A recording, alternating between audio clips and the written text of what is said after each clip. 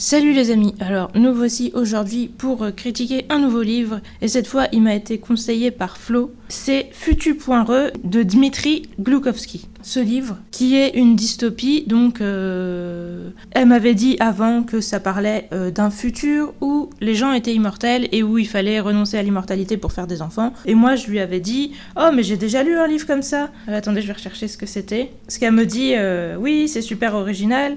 C'est quelque chose de jamais vu, et moi je lui dis mais non, mais moi j'ai déjà lu un livre comme ça et je trouve pas ça original. Alors bon bah du coup c'était peut-être un peu vexant ce que j'ai dit, surtout que le livre avec lequel je l'ai comparé était vraiment pas ouf. Mais c'est pas parce qu'un livre parle du même sujet que ça veut dire qu'il vaut la même chose, loin de là. Les sujets il faut savoir les écrire. Mais attendez, je vais chercher le livre avec lequel je l'ai comparé pour que vous compreniez à quel point ça pouvait être vexant. Gemma Mallet, la déclaration, voilà c'est ça. Et en fait c'était vraiment pas terrible, c'était une espèce de dystopie pour ados, pas très bien écrit, voilà, où il y avait tous les clichés possibles de ce qu'on pouvait faire à ce propos, des appels à la nature pour dire oui, être immortel c'est pas bien, c'est contre nature, il faut pas le faire, et donc les gentils veulent que les gens se remettent à faire des enfants parce que c'est ça la vraie vie. Beaucoup de clichés, donc je m'étais dit ouais, je sais pas si ça me tente de relire un livre avec cette thématique, mais bon, je sais très bien que quand on est un bon écrivain, ça change tout, on peut prendre le même sujet, ça change absolument tout, donc j'étais quand même pas complètement démotivée pour le lire, même si je m'attendais pas à grand chose parce que je me disais c'est vraiment un sujet qui peut servir à faire des trucs moralisateurs. Je vous disais les appels à la nature, appels à la tradition, tout ça,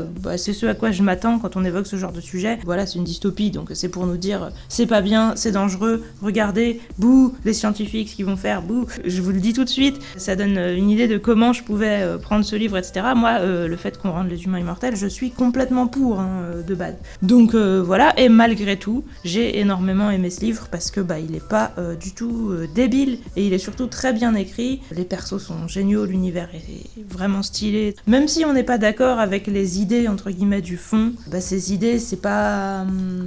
J'allais dire c'est pas grave. Ça peut vous arriver aussi, je pense, de connaître des gens avec lesquels vous êtes pas d'accord, mais vous dites que les conversations avec eux sont quand même super intéressantes. Là c'est un peu ça. Et puis le livre il est pas non plus...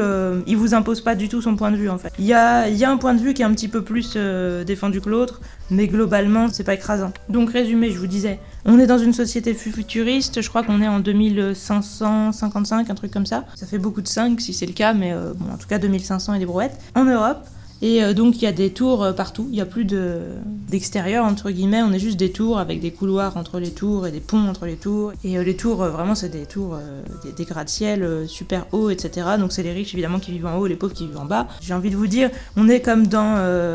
Gunr et pas mal de mangas, pas mal de jeux, enfin c'est un truc ça qu'on voit un peu partout, le côté le futur c'est des tours avec les pauvres en bas et les riches en haut. Je pense que tout le monde a un peu fait ça, mais encore une fois c'est pas grave parce que quand on est dans un univers complexe où il y a beaucoup de choses, c'est pas très grave si certaines ne sont pas originales. Et par contre ça, ce qui est beaucoup plus cool, le héros qu'on suit qui s'appelle Jan mais surtout 717 fait partie de la Phalange, un groupe de gens qui sont là pour tuer les gens qui font des enfants illégalement. Parce qu'en fait, dans ce monde, donc de base, on est immortel.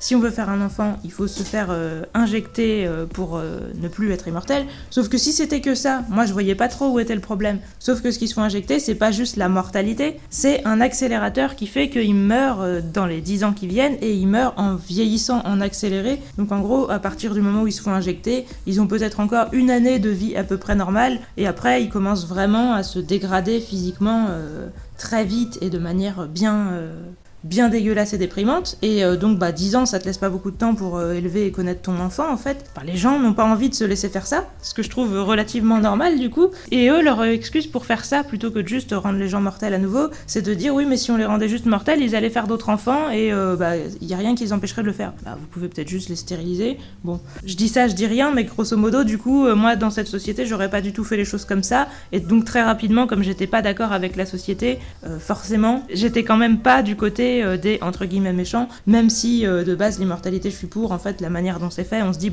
non c'est pas bien, non c'est pas possible, mais je pense que malheureusement la critique mérite quand même d'être faite parce que on sait pas du tout comment ce sera géré si ça arrive, et ça pourrait très bien être mal géré. D'ailleurs le monde, j'y reviendrai, mais on nous parle de comment ça se passe dans les autres régions, parce que là je vous disais on est en Europe occidentale, c'est pas beaucoup mieux comment ça se passe dans les autres régions, et ça se passe différemment. Donc il y a beaucoup de façons dont ça pourrait mal tourner s'il y avait l'immortalité, ça je pense qu'on est au courant. Après moi je pense quand même que ça vaut la peine d'essayer et que de toute façon c'est normal de vouloir vivre plus longtemps et surtout vouloir éviter de souffrir, de vieillir, de se dégrader, de vivre des trucs dégueulasses. Mais bon, du coup, les gens qui font des enfants, entre guillemets, meurent rapidement et en souffrant, et dans un monde où ils sont rejetés, parce que comme c'est un monde où tout le monde est jeune, tout le monde est beau, et tout le monde trouve que c'est normal, dès que quelqu'un vieillit, tout le monde fait c'est horrible, je veux pas voir ça, et donc ils sont virés des lieux publics, etc., ils sont un peu parqués dans des réserves, et donc notre héros chasse les gens qui déclarent pas leur grossesse, et donc les pique de force en leur disant bah voilà c'est la loi, c'est comme ça. Ça déjà c'était pas très sympa, mais surtout ils leur prennent leurs enfants pour les emmener dans des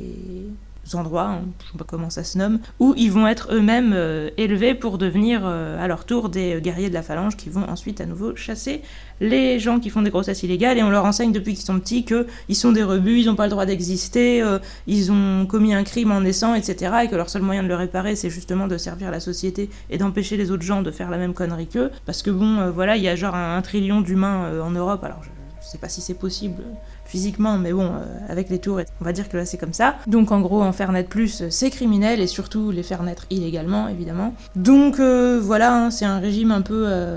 voilà, comme les nazis et compagnie, on sent bien le truc où ils subissent un lavage de cerveau depuis qu'ils sont petits pour servir cette société et pour penser que tous ceux qui respectent pas ces règles, c'est mal et qu'il faut les défoncer. Donc les persos qui sont là-dedans ne sont pas psychologiquement très stables. Et évidemment, comme toutes les sociétés futuristes, il y a plein de médicaments, des pilules de sérénité, des pilules du bonheur, des pilules de tout ce qu'on veut pour arriver à vivre malgré le fait qu'on fait des trucs horribles, ou vivre malgré le fait qu'on est immortel et qu'on se fait chier, selon les problèmes de chacun. Donc voilà dans quel contexte on se place, et avec un héros, comme je vous disais, qui est clairement dans un groupe de connards. Il aurait pu être sympa quand même, regretter et se dire mais c'est pas normal ce que je fais, un peu comme je sais pas, Driss chez les elfes noirs, pour prendre un truc qui n'a aucun rapport. Et là non, là il en fait partie, il est même assez zélé dans son genre, même si contrairement à d'autres ce n'est pas un psychopathe, il aime pas spécialement faire souffrir les gens gratuitement, violer les femmes avant de les tuer ou de les piquer ou des trucs comme ça. Enfin non, lui il aime pas la cruauté gratuite, mais il aime le travail bien fait, et donc il fait ce qu'on lui demande. Et donc on comprend assez rapidement que c'est un anti-héros. D'ailleurs dans les premiers chapitres où on le suit, il est demandé dans un étage très élevé, donc par des riches haut placés, qui lui disent si tu veux monter en grade tu vas devoir faire une petite mission spéciale pour nous. Bon, il dit ok. Quand il est là-bas, il parle à la femme donc de l'espèce de sénateur qui lui demande ça. Il faillit un peu l'agresser sexuellement parce que je sais pas, il est pris d'une espèce de pulsion face à elle, une espèce de pulsion, un mélange de désir, colère, etc., parce qu'il se dit elle a tout ce qu'elle a, elle le mérite pas, et tout le monde devrait avoir accès à ça, et en même temps elle se vote dedans, etc., mais elle a pas l'air heureuse non plus. Tout ce qu'il voit, ça lui fait éprouver une espèce de colère, ressentiment, un truc un peu confus, et elle le provoque aussi un peu, donc il lui saute à moitié dessus. Ça choque pas du tout le sénateur, qui a l'air de voir ça tous les jours. Et donc on se dit ah oui d'accord, ça va être un anti-héros, vu que le gars essaye quasiment de violer une femme qui vient juste de croiser, sans vraiment de raison, à part que voilà, elle est riche, elle est à un étage élevé, lui il voudrait avoir ça, il peut pas, et le monde est injuste, etc., donc ça le dégoûte et machin. Enfin, on comprend qu'il soit en colère, mais de là à agresser une femme qui vient juste de croiser, bon bof. Et le pire c'est qu'elle a pas l'air complètement contre, donc on se dit ah oui d'accord, voilà dans quel monde on est. Mais voilà, on se dit c'est un anti-héros, et en fait tout le long du livre, ce personnage, je l'ai trouvé génial parce qu'il y a des moments où on le déteste, il y a des moments où on l'adore, il y a des moments où on sait plus du tout quoi en penser. Il fait constamment des trucs horribles et des trucs très courageux en alternance. Il change sans arrêt de camp, il retourne sans arrêt sa veste. C'est pas du tout par intérêt, c'est pas du tout un vendu ou quoi, c'est à chaque fois parce que sur le moment il est submergé par l'émotion et qu'il est en colère contre des gens précis, et du coup il part un peu de l'autre côté par défaut. Du coup il fait des choses horribles de tous les côtés, et lui-même on sait très bien qu'il pourra pas se pardonner. Donc encore une fois, c'est difficile de ne pas l'aimer parce que même si nous on se dit mais ce qu'il fait c'est horrible et je pourrais pas le pardonner, bah lui-même il s'en veut déjà tellement que finalement on se dit bon bah c'est bon, il est déjà puni le gars. Donc c'est vraiment un héros génial parce qu'il est complètement imprévisible, bah il nous en met plein la gueule, on sait jamais vraiment ce qu'il va faire, il est vraiment super intéressant, que ce soit psychologiquement ou dans ses actions. C'est rare de voir un héros aussi imprévisible et passionnant et qui ressemble pas à ce qu'on voit d'habitude. Donc l'histoire, je vous disais, ce fameux Jan 717, ça fait un peu OSS 117 dit comme ça, mais non. 717, il reçoit donc une mission spéciale du sénateur Schreier qui lui dit je vais te donner quelqu'un de... Enfin il lui dit pas même que ça va être quelqu'un à tuer, il lui dit je vais te donner une mission spéciale, si tu l'accomplis pour moi tu vas monter en grade, l'occasion spéciale d'avoir enfin un peu ce que tu mérites, un logement plus grand, etc. Parce que Notre héros est claustrophobe dans un monde où il y a des gens partout, on n'est que dans des petits espaces clos, ce qui n'est pas pratique, il vit dans 4 mètres carrés, le gars est malheureux, il aimerait bien avoir un logement plus grand, être un peu plus au sommet, croiser un peu moins de monde. Évidemment, on se doute que tout le monde veut ça dans cette société et que ça va pas être très juste les moyens d'y arriver. Mais la problématique de base c'est ça, évidemment ça va pas se passer comme prévu parce que le gars qu'on va lui demander de tuer, déjà on lui avait dit c'est un terroriste etc, mais en fait le gars ne se défend pas spécialement, il est pas armé, il essaye juste d'argumenter face à lui en lui disant mais non mais laisse-moi tranquille. Donc c'est compliqué de tuer un mec comme ça, en plus il a pas d'arme, donc il se dit mais qu'est-ce que je dois faire, je suis censé l'étrangler, si au moins le gars essayait de m'agresser et que je me défendais ça irait, mais le gars essaye juste de parler avec moi, enfin déjà rien que ça c'est pas facile. Et après il y a les gars qui sont avec lui. Normalement, la phalange, ils sont en groupe qui se connaissent depuis leur enfance, et donc ils forment un peu un tout. Les gars, quand ils tuent, ils ont tous un masque d'Apollon, et ils se disent « oublie la mort » entre eux comme ça, donc une phrase stylée pour se lancer dans leur mission, et pour se reconnaître entre eux. Donc ils ont tous un masque d'Apollon, donc ils sont tous identiques, et ça c'est ce qui contribue à ce que les gens flippent à leur arrivée, quand tu vois tout un groupe de gens avec des masques. Et puis encore une fois, les masques, ça déresponsabilise les gens. Quand ils ont leur masque, ils se préoccupent plus de ce qu'on pense d'eux, parce que c'est comme si on les voyait pas. On a déjà probablement parlé. Je sais pas si moi j'en ai déjà parlé dans mes vidéos, mais je sais que Alt 236 en a parlé. Voilà, il y a des gens bien qui en parlent. Donc voilà, les gens sont masqués. Et donc d'habitude ils sont en groupe, qui se connaissent depuis qu'ils sont petits. Mais là c'était une mission spéciale qu'on lui a confiée à lui pour diriger une phalange de gars qu'il connaissait pas. Et donc lui il est parti en privé avec le terroriste pour essayer de le tuer dans un coin. Mais le gars discutait avec lui, donc il n'arrivait pas à le tuer. Et il se disait merde, c'est pas facile de tuer un gars qui parle avec moi raisonnablement au lieu de m'attaquer. Et à côté donc il entend la copine du gars qui se met à hurler, et quand il y va, la bande de gars qui était censée être avec lui et qui était sous ses ordres sont en train de la violer de manière très très barbare. Donc là lui il dit non, ce n'est pas possible, arrêtez ça les gars, et il se fout sur la gueule avec un des gars de la bande qui est accessoirement un de ses rivals d'enfance. Et je vais vous le dire en développement de l'intrigue, mais du coup je bascule sur la catégorie, allez hop, c'est parti. Donc je fais le développement de l'intrigue avant qu'on cède, c'est pas grave. En développement de l'intrigue, je vous le dis tout de suite, on va avoir des alternances du présent et de flashbacks du passé, donc l'enfance du héros, et c'est génial parce que comme le héros au départ, il fait des actions un peu dans tous les sens qu'on comprend pas trop, et même le monde dans lequel on est, au départ on le comprend pas trop. On comprend pas trop de quoi il fait partie. Moi au début je me disais, on est dans un monde où tout le monde est immortel, et le héros on nous dit qu'il fait partie des immortels. Alors les immortels parmi les immortels c'est quoi ? En fait les immortels parmi les immortels c'est justement la phalange de gars qui sont supposés faire respecter la loi du choix, donc le fait que si vous faites un enfant, vous devez vous faire piquer. Si vous le faites pas, on vous piquera de force, et on vous piquera aussi votre enfant, dans un autre sens du terme. Enfin, on vous le vole, pour traduire, si jamais les gens n'avaient pas compris mon humour. Donc tout ça pour dire que des flashbacks donc, de l'enfance du héros, vous nous montrez qu'il avait un rival, entre guillemets, dans son enfance, qui lui tabassait la gueule, et qui lui pourrissait la vie, dont le numéro est 503, je me rappelle pas de son prénom, je sais plus si on le connaît. Et donc ce fameux 503, qui m'a donné envie de dire plusieurs fois, service unavailable, putain, si j'arrive à bien le prononcer, il est là, et c'est lui qui est responsable un peu du fait que le groupe s'est mis à violer la fille, et c'est lui qui était en train de le faire, donc il lui tabasse la gueule. La fille est ensemble, mais bon, elle est encore en vie. L'autre, le terroriste, en profite pour s'échapper. On dit au héros, enfin le fameux Schreier dit au héros de tuer la fille. Il dit bon, il faudra retrouver le terroriste parce que t'as mal fini le travail, c'est pas bien ce que tu fais. Mais déjà, pour te faire pardonner, va tuer la fille. Et notre héros, évidemment, n'a pas très envie de tuer la fille, d'une part parce que elle lui a rien fait. Parce qu'en plus, oui, la fille était enceinte, donc de base, il devait la piquer, mais les gars, en la violant, l'ont fait faire une fausse couche. Donc maintenant, il a plus aucune raison de la piquer. Donc, comme je vous disais, c'est un gars qui fait partie des méchants et qui fait très bien son travail, mais c'est pas un connard injuste, donc il a pas envie de tuer une fille qui n'a rien fait, qui est même plus enceinte, et en plus, accessoirement, quand il l'a vu se faire violer, ça l'a rendu amoureux. Il a eu un petit coup de foudre à ce moment-là. Ce qui est aussi assez original et que j'ai vraiment bien aimé, parce que faut oser, entre guillemets, écrire ça, de la voir vraiment vulnérable, etc. Ça l'a un peu séduit. Et au début, on sait pas trop où il va avec ça. On sait pas trop s'il a envie aussi de se la taper dans un coin, ou s'il a envie de l'achever, ou... Voilà, on sait pas trop ce qu'il ressent, ce qu'il fait, où est-ce qu'il va. Mais au bout d'un moment, on se rend compte qu'il est en kiff, et que donc ça va être problématique pour lui de la tuer. Mais c'est la mission qu'il a reçue, donc s'il le fait pas, ça va finir par poser problème. Donc va-t-il la tuer ou ne pas la tuer ? Évidemment, c'est que le début, parce que comme vous pouvez vous en douter, le terroriste qui s'est barré, on va le revoir. Il va se passer beaucoup de choses. On va avoir, comme je vous disais, des petits aperçus de ce qui se passe dans le reste du monde et des conflits par rapport à ça. Tout ça n'est que le point de départ. Le livre est long, ce que j'ai beaucoup apprécié. Il y a beaucoup d'action et beaucoup de pensées. Il y a vraiment tout ce que j'aime. Et c'était bien décrit surtout. Donc c'est super. Le concept, On pourrait se dire que c'est justement de dire qu'est-ce qui se passerait s'il y avait l'immortalité. Mais je pense que ça se limite pas à ça, parce que comme je vous disais, il y a d'autres livres qui parlent de ça, et l'originalité de celui-là, je trouve que c'est quand même d'avoir un héros qui soit autant... C'est pas nuancé, ce serait pas le bon mot. Il est pas entre le blanc et le noir, genre il est pas gris. En fait, il est très blanc et très noir à la fois. Donc moi, c'est un héros qui m'a rappelé Cesare Borgia dans Borgia. Pas parce que c'est le même genre de perso, mais parce que ça m'a provoqué les mêmes émotions. Par moments, le gars me dégoûtait, et je me disais, mais non, mais c'est pas possible de l'aimer. Et à d'autres moments, j'étais admirative, et je me disais, mais en fait, à chaque fois que je le vois, je me demande ce qu'il va faire. Et du coup, je suis complètement prise dans le suspense, parce que justement, j'ai aucune idée de ce qu'il va faire, en fait. Et ça, c'est vraiment rare de ressentir ça, je trouve, pour un héros. Pourtant, on est dans sa tête, on a ses pensées, donc on le comprend.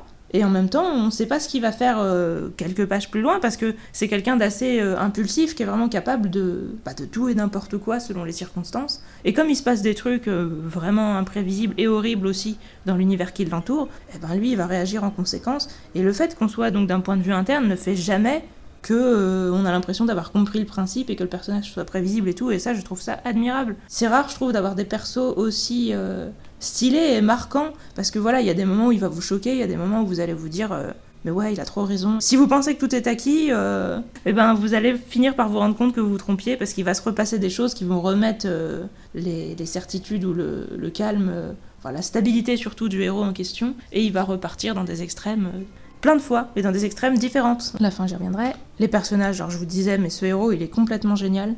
Il est super intéressant. C'est rare d'avoir des héros aussi...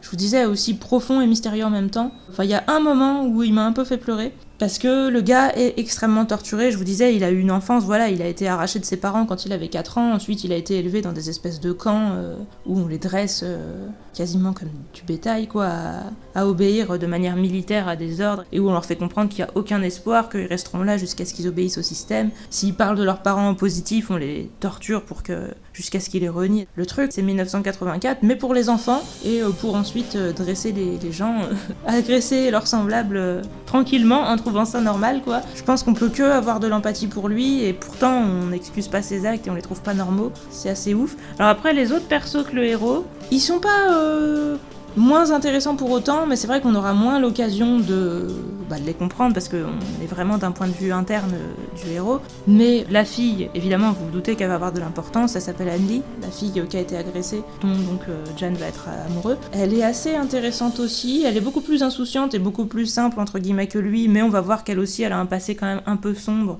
et qu'elle s'en est mieux sortie que lui, d'une certaine manière, et c'est intéressant de comprendre comment. Le fameux terroriste qui s'appelle Rocamora, enfin terroriste si on veut, terroriste du point de vue des oppresseurs, du coup on va aussi le revoir, et lui aussi il est assez intéressant. On se dit que bon, il est lâche parce qu'il a laissé tomber sa copine, il s'est enfui, oui, mais dans le monde dans lequel on est, il n'y a pas beaucoup de choix entre être un connard ou être lâche. Il y a des moments, voilà. Et puis lui aussi, il s'en veut, en fait. Donc c'est pareil, au départ, on lui en veut, puis après on se dit, ouais, ok. Et dans ce livre, il y a énormément de persos qui en veulent à d'autres persos, qui extériorisent en disant, voilà, t'es un connard, je te hais, soit en face, soit dans des... juste en parlant à d'autres gens, ou dans des situations qui s'y prêtent un peu à la catharsis. Pas mal de gens vont plusieurs fois faire un peu des catharsis pour extérioriser ce qu'ils ont gardé en eux et qui leur fait du mal, les frustrations à propos de leurs parents, parce que dans cette société où on vous fait sentir que naître c'est mal, que faire des enfants c'est mal, que les parents qui vous ont fait sont des criminels, forcément les enfants en veulent à leurs parents. Et puis, ce que je vous ai pas encore dit et que je pense que je peux vous dire, c'est que dans cet élevage d'enfants militaires où ils sont appelés par des numéros, ça aussi, être appelé par des numéros, ça n'a rien d'original, mais encore une fois, c'est un cumul de trucs qui font que ce livre est cool. C'est pas les choses prises individuellement qu'on a toutes déjà vues ailleurs. Ce que je vous ai pas dit, c'est que l'épreuve, l'appel, le truc qu'ils doivent subir aussi pour déterminer s'ils seront aptes ou non à sortir de ça, c'est que leurs parents doivent les appeler, et quand leurs parents les appellent, eux doivent dire je te renie, je te hais, t'aurais pas dû me faire, et je vais servir dans la phalange pour faire payer les gens comme toi. Donc voilà, et puis après il y a des médecins évidemment qui évaluent leur sincérité en fonction de leur rythme cardiaque, leur pouls, des petits critères, leur sueur et compagnie, des critères qui sont évidemment pas complètement... objectif ou fiable, mais qui donne une idée, comme ce qu'on pourrait faire pour un détecteur de mensonges un peu aujourd'hui, quoi. Donc c'est pas complètement fiable, mais ça peut toujours servir. Et puis ça aiguise leur paranoïa, donc eux, ça leur donne l'impression qu'ils peuvent pas mentir, et c'est ça qui est important. C'est plein de choses horribles comme ça, qui font que tous les persos ont un problème avec leurs parents, et ça donne lieu à des scènes assez touchante et horrible comme ça, où ils expliquent à quel point ils en veulent à leurs parents. C'est assez violent psychologiquement, et évidemment, c'est quelque chose que j'apprécie beaucoup.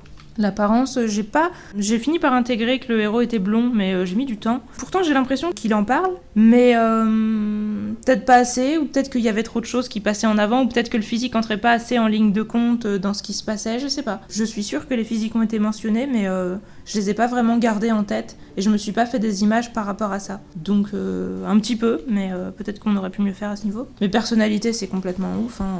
Comme je vous dis, tous les personnages sont intéressants, même si il y en a certains qu'on verra beaucoup moins, enfin la plupart on les verra beaucoup moins que le héros, mais c'est pas pour autant qu'ils seront prévisibles, c'est pas pour autant qu'ils seront simples, manichéens, caricaturaux. Ça donne l'impression que c'est des personnes réelles, ils vivent des choses quand on n'est pas avec eux, et ils prennent mal quand on a des certitudes à leur sujet. C'est des persos qui se laissent pas enfermer dans des cases, et c'est super cool. L'évolution, il y en a aussi, parce que le héros, au départ, il est bien formaté. Je pense que je peux pas trop vous en dire sans spoiler, mais j'y reviendrai en spoil. En tout cas, le héros, au départ, il a ses certitudes et compagnie. Ensuite, on le met dans des situations où on lui demande de faire des choses qui dépassent quand même ses critères, alors que, comme je vous disais, c'est un gars qui est habitué à tuer. Mais il tue selon des règles. Et d'ailleurs, il le dit dès le début, quand la fameuse femme que je vous disais qu'il agresse un peu, qui s'appelle Hélène, je crois, lui dit oui, alors vous êtes un tueur et tout. Il lui fait non, je suis juste un gars qui respecte les règles et qui fait en sorte que les gens les respectent. Je pique des gens, mais c'est selon les lois, etc. Et elle, ça l'a fait un peu marrer tristement en disant ouais, c'est ça. Elle, en fait, elle le croit pas, parce que elle est déjà cynique, et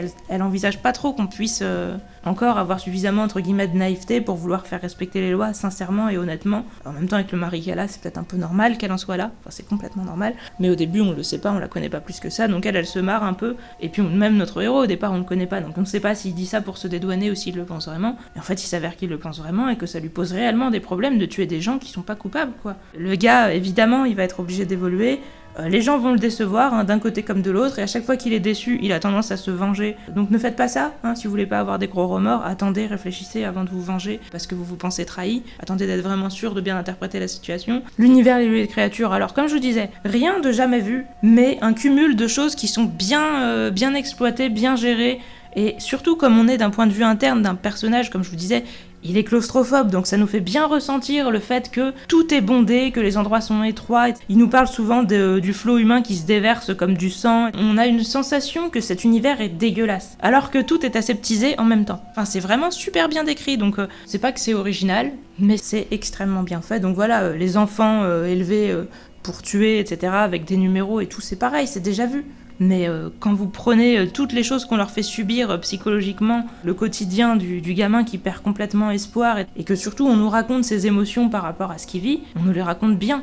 Il y a des tortures qu'il subit où vraiment on est avec lui pendant, on voit sa psychologie qui change, les moments où il est dans le défi, les moments où il craque et où il se dit non c'est bon, j'ai compris que ça servait à rien, et on est vraiment triste de le voir comme ça, et on comprend que ça lui arrive et qu'il a essayé et que c'est pas de sa faute s'il a échoué, c'est juste que tout était fait pour en fait. Donc même si l'univers est pas original en lui-même, c'est tellement bien écrit, c'est bien agencé, c'est bien monté, etc. Tout est bien organisé, du coup ça passe nickel. Logique et cohésion, j'ai pas vu de faute. Je pense que ça peut se discuter à certains moments, mais j'ai rien vu qui m'a choqué ou dérangé. Il y a des choses où on peut se dire oh là là quelle coïncidence, mais je pense qu'il y a ça dans presque toutes les histoires. Donc pour moi, il n'y a pas de problème. Mystère et découverte, ben oui, parce qu'on est dans un univers qu'on connaît pas. Au début, comme je vous disais, on comprend pas qui sont les immortels. Ensuite, on les voit en action.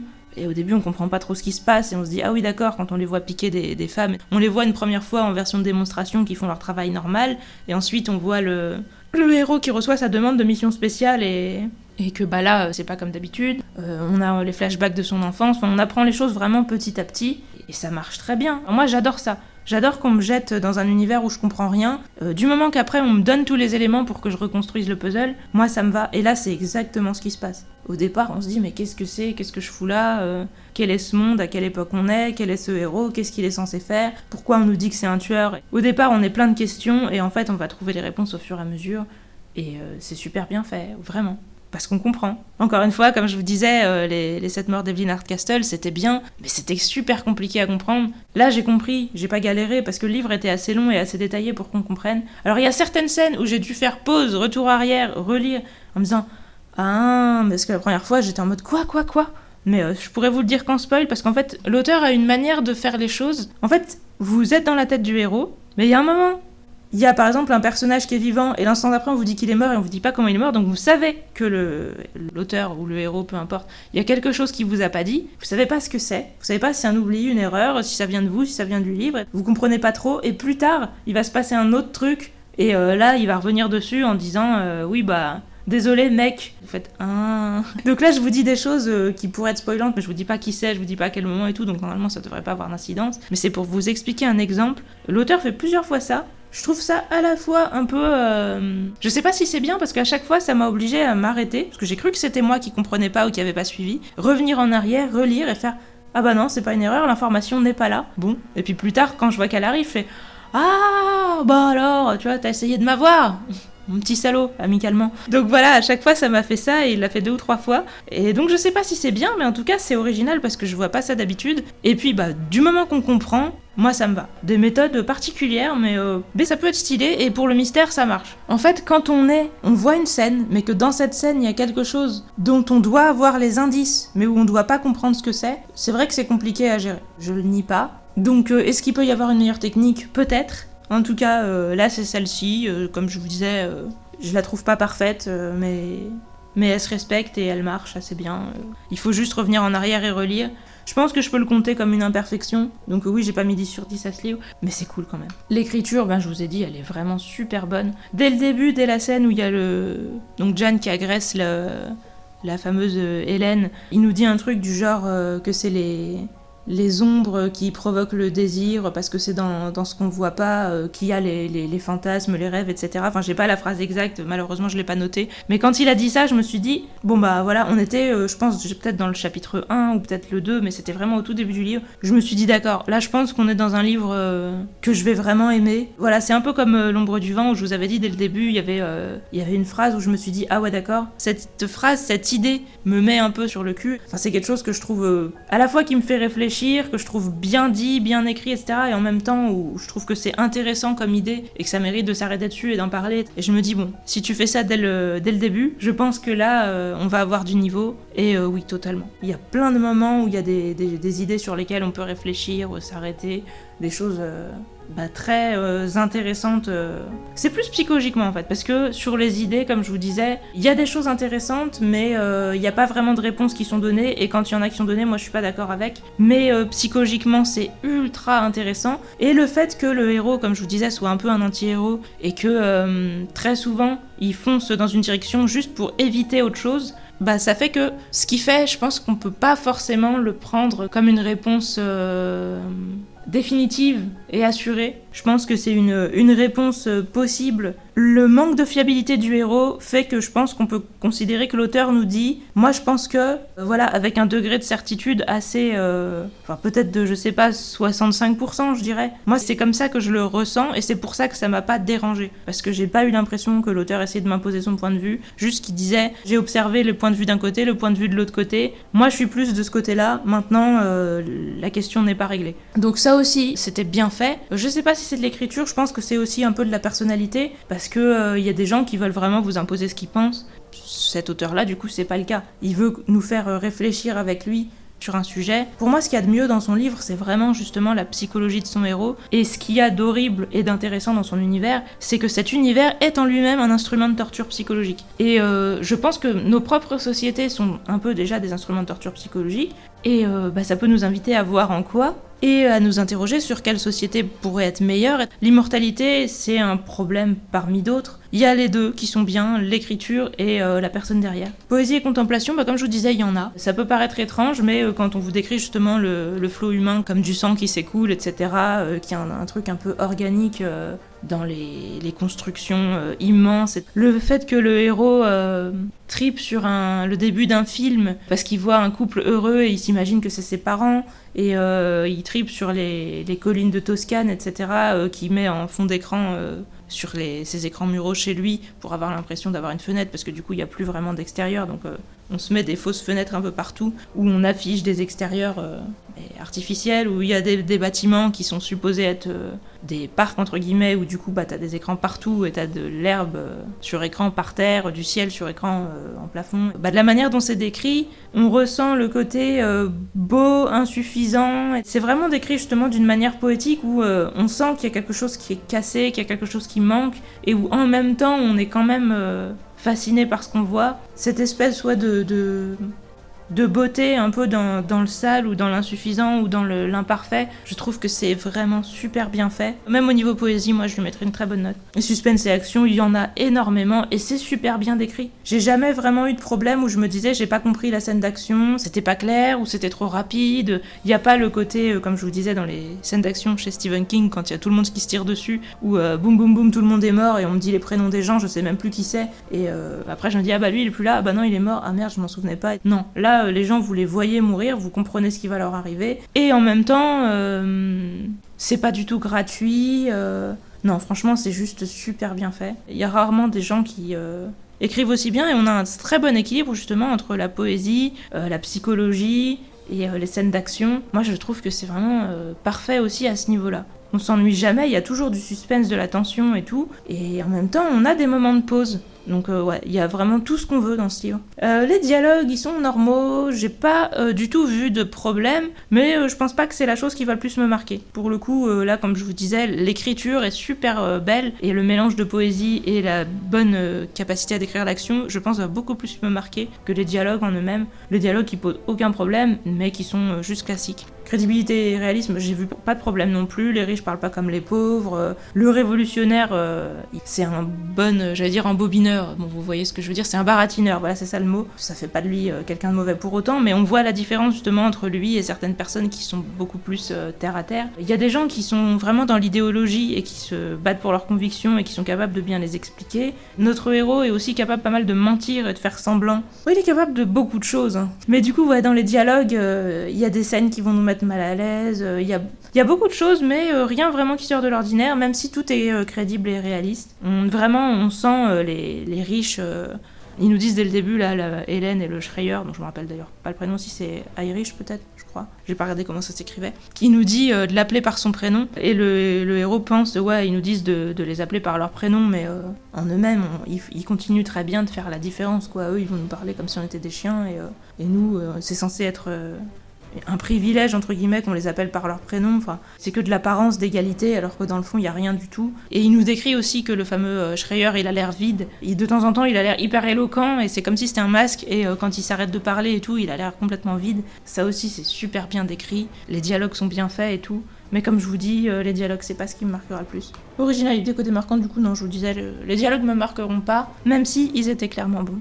Mais il n'y a pas, vous savez, vraiment de langue propre à l'univers, il n'y a pas leur propre vocabulaire. Il y en a un petit peu, parce que oui, il y a les immortels, la phalange, les numéros, bon, des trucs comme ça, mais ça sort pas de l'ordinaire et il n'y a pas vraiment de création à ce niveau. Ça pourrait être une imperfection, même si ça m'a jamais vraiment dérangé. Et du coup, en note globale, j'ai mis 8, je suis partie de 7. Quand j'ai commencé à lire, dès le début, je me suis dit ça c'est un livre, c'est sûr qu'il est bon. Je suis pas tout de suite partie pour me dire que j'allais mettre 8. Vraiment, je suis montée d'un point, comme je vous ai dit, quand j'ai un peu pleuré, c'était sur une scène touchante où le héros parle entre guillemets de ses sentiments par rapport à sa mère, où il est vraiment dans la haine, dans la colère, et c'est une scène justement de catharsis. Je vous dis pas vraiment quelle est cette scène pour l'instant, je peux pas trop vous en dire plus, mais ça m'a pas mal touchée. Et je pense que beaucoup de gens pourront être touchés, pas forcément que par cette scène-là, mais par d'autres choses, parce qu'il y a énormément d'émotions dans ce livre, et c'est pour l'émotion clairement que je suis montée d'un point. Un beau 8 dans le sens où je pense que je pourrais le relire, mais je lui mets pas 9 parce que je pense pas que je pourrais le relire à l'infini non plus. Je pense qu'une fois qu'on sait où ça va, ça perd quelque chose. Le suspense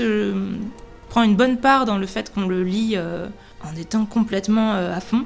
Mais le 8, il le mérite largement, c'est un bon gros 8. Et donc je vous le conseille complètement, et si vous le lisez, n'hésitez pas à me dire ce que vous en pensez. Et merci à Flo de me l'avoir conseillé, parce que ça faisait longtemps que j'avais pas passé un aussi bon moment devant un livre. Du coup, spoilons.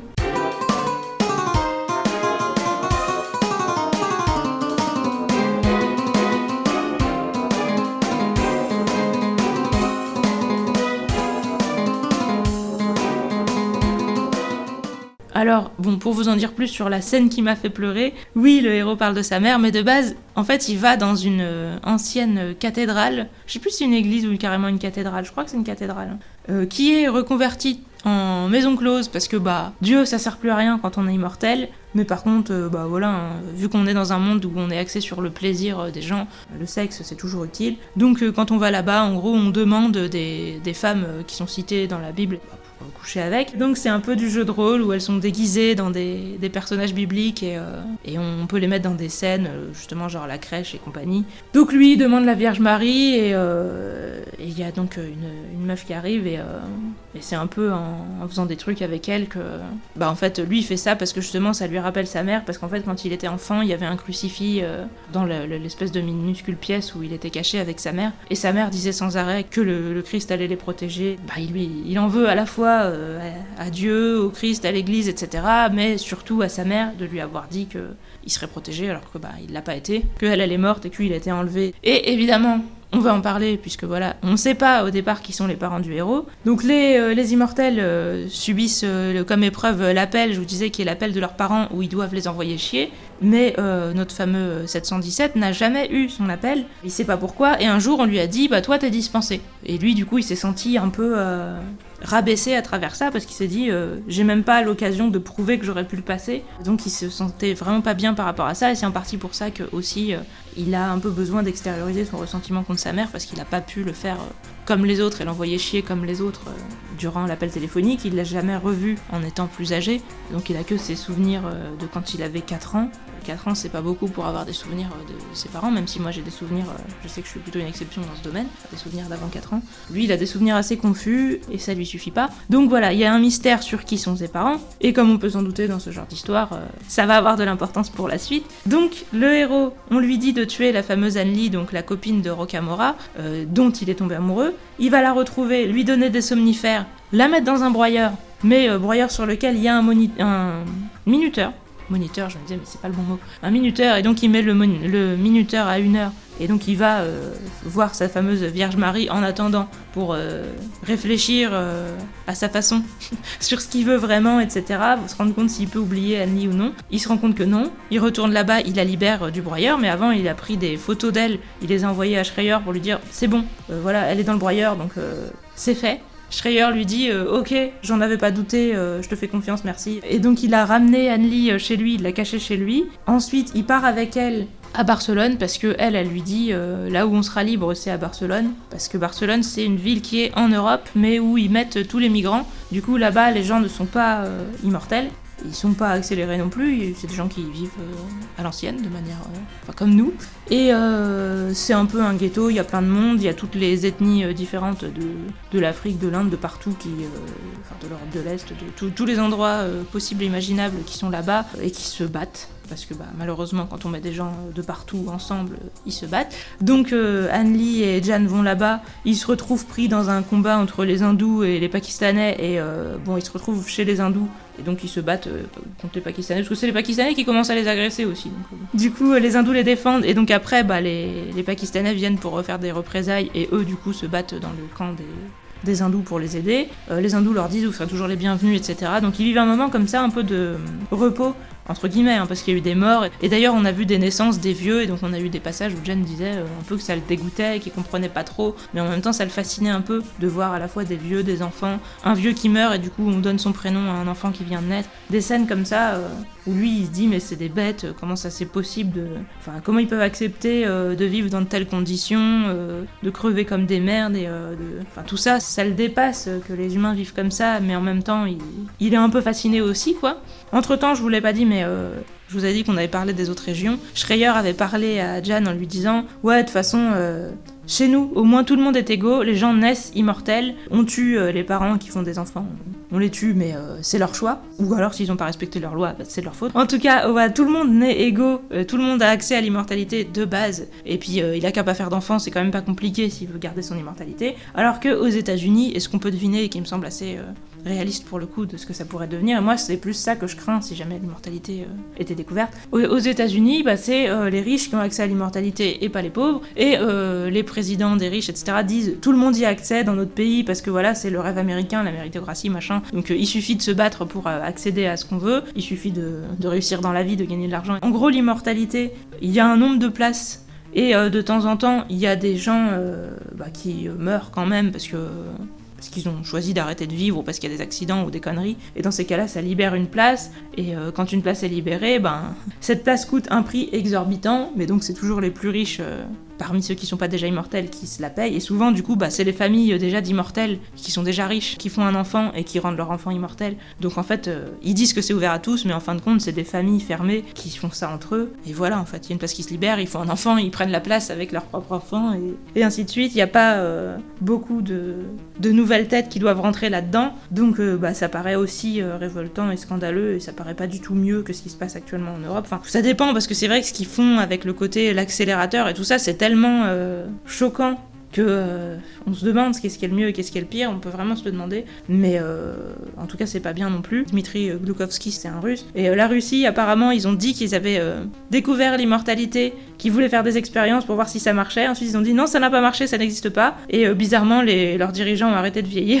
mais la population n'a jamais vu la couleur de ce truc et on leur a dit non, ça n'existe pas. Donc je trouve ça assez rigolo, cette dérision sur comment fonctionnent les Russes.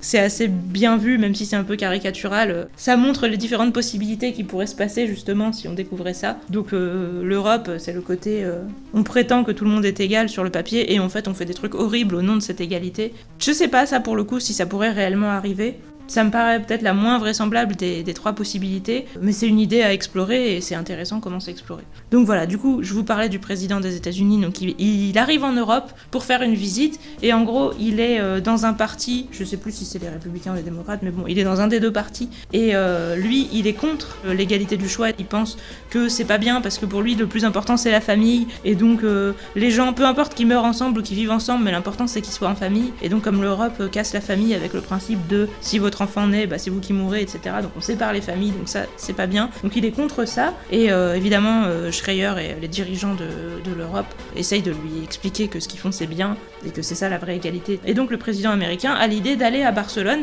pour voir comment c'était en réel, parce qu'à chaque fois qu'il vient en Europe, on l'emmène dans les villes riches, et lui, il se dit qu'il veut voir la vérité, et on sait très bien qu'il veut en fait prendre les Européens en défaut pour dire regardez comment ça se passe là-bas, bouh, c'est pas bien, bouh, chez nous c'est mieux, et parce qu'apparemment le parti qui est opposé au sien, donc pour les élections aux États-Unis, voudrait faire tendre plus leur société vers ce qui se passe en Europe, alors que lui, il est pour que ça reste comme ça, que ça reste dans le côté élitiste, méritocratie, tout ça du truc. Donc, et la famille, bon voilà, hein, c'est un peu une excuse, mais c'est vrai que c'est un truc dont ils parlent beaucoup aux États-Unis, donc c'était bien vu comme argumentation. Donc le dirigeant américain va là-bas, il va à Barcelone, et le fameux Rocamora décide de prendre un peu Barcelone en otage. En gros, il intervient pendant le discours donc, du président américain qui fait bonjour les Barcelonais, j'espère que vous allez bien m'accueillir chez vous, et moi je veux voir la vérité dans Barcelone. Et Rocamora pirate sa retransmission pour dire oui, moi j'avais ma copine, on l'a agressée, on l'a violée sur place et on m'a tué ma copine que j'aimais, etc. C'est ça les méthodes du parti, machin, c'est choquant, c'est scandaleux, nous on est le parti de la vie, tout ce qu'on veut c'est vivre paisiblement, et voilà, on vient chez nous, on nous tue. Du coup, tous les gens commencent à se révolter dans les rues, à dire voilà, c'est pas bien, on va les défoncer, de toute façon ils peuvent pas venir chez nous, et grosse émeute. Du coup, Schreier et compagnie vont envoyer toute la phalange, donc je sais plus combien ils en ont, si c'est 50 000 mecs ou quoi, mais il y a des millions évidemment de gens dans les rues à Barcelone, mais eux ils vont envoyer 50 000 mecs, donc ils disent qu'ils sont peut-être justement 1% ou quelque chose comme ça, peut-être même 1 pour 500, un truc comme ça, mais eux ils ont beaucoup plus d'armes et de moyens évidemment. La phalange est donc envoyée là-bas, et du coup Jan reçoit l'appel, il se dit merde, qu'est-ce que c'est que ce bordel. Sauf que quand il y a Rocamora qui passe sur grand écran et qui dit à quel point il aimait Anne-Lee et qu'il est dégoûté qu'on l'ait tué, Anne-Lee s'enfuit en disant oh là là, Rocamora, je vais le retrouver. Donc Jan est un peu dégoûté parce que lui il est toujours amoureux d'elle, et il pensait que c'était réciproque maintenant.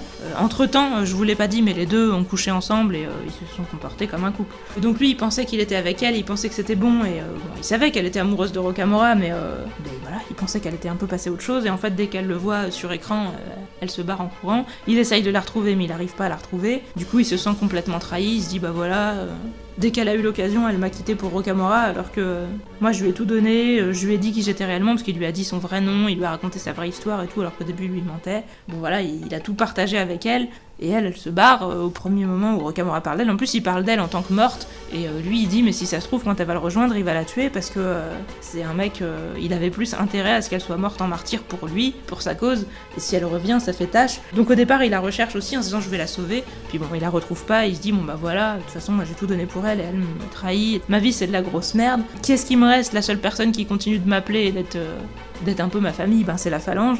Donc il répond à l'appel de la Phalange et il essaye d'ouvrir les portes, donc de faire le cheval de Troie, hein, d'ouvrir les portes de Barcelone de l'intérieur. Il y a des terroristes du coup qui étaient aux portes et qui voulaient mettre des explosifs pour tuer les gars de la Phalange qui allaient rentrer par les portes, parce qu'apparemment il y a une seule porte à Barcelone, ce qui leur permet de la barrer pour pas que les migrants passent. Et donc la porte de Barcelone, il y avait les terroristes derrière et la Phalange de l'autre côté, les terroristes allaient tout faire sauter. Lui il fait genre, il s'intègre parmi les terroristes pour ensuite les dégommer un par un discrètement et arriver à désamorcer les explosifs. Il ouvre les portes et donc la Phalange rentre, et là ils mettent un gaz qui endort tout le monde, parce qu'au début lui il sait pas encore comment ils vont faire en étant que 50 000. Ils mettent un gaz qui endort tout le monde et eux ils ont des masques à gaz, et ensuite ils vont faire des piqûres à tout le monde pour tous les accélérer. C'est un moyen un peu radical de régler le problème, et en plus de les accélérer je crois qu'ils veulent les déporter en Afrique. Du coup dans ce bazar là lui il continue de chercher Rocamora et Anneli, mais il ne les retrouve pas.